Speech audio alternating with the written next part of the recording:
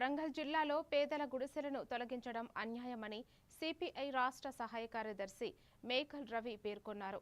గుడిసెలు వేసుకున్న వారికి పట్టాలు ఇచ్చి పక్కా ఇళ్లను నిర్మించాలని డిమాండ్ చేస్తూ ఈ నెల 27న జిల్లా కార్యాలయం ముందు ధర్నా నిర్వహించనున్నట్లు తెలిపారు.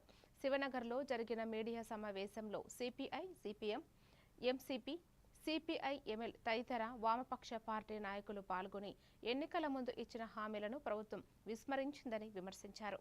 గుడిసె వాసులకు ఇందిరమ్మ ఇల్లు ఇవ్వాలని డిమాండ్ చేస్తూ భారీ ర్యాలీతో ఆందోళన చేపడతామని తెలిపారు.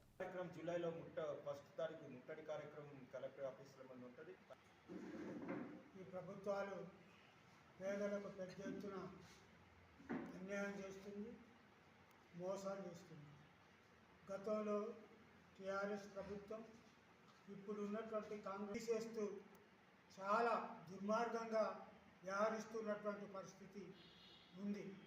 అందుకే ఈరోజు వరంగల్ టౌన్లో పేదలు వేసుకున్నటువంటి గుడిసెల్ని తీసేయటం అన్యాయమని, ప్రభుత్వం ఇచ్చిన మాటను నిలబెట్టుకోవాలని వామపక్ష పార్టీలు ఈరోజు ప్రధానంగా డిమాండ్ చేస్తున్నాయి.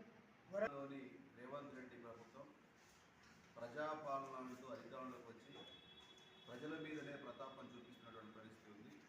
నిలువ నీడలేనటువంటి పేదలు అనేక సంవత్సరాల నుంచి ప్రభుత్వ భూములను కాపాడుకుంటూ ఆరు గ్యారెంటీలో భాగంగా గృహలక్ష్మి స్కీమ్లో ఇందిరమ్మ ఇల్లు ఇస్తామని ఏదైతే హామీ ఇచ్చారో ఆల్రెడీ ఇప్పటికే చేసుకున్న వాళ్ళందరి పేదలకు సంబంధించినటువంటి ఇంటి స్థలాలను రెగ్యులేట్ చేయాల్సిన అవసరం ఉంది.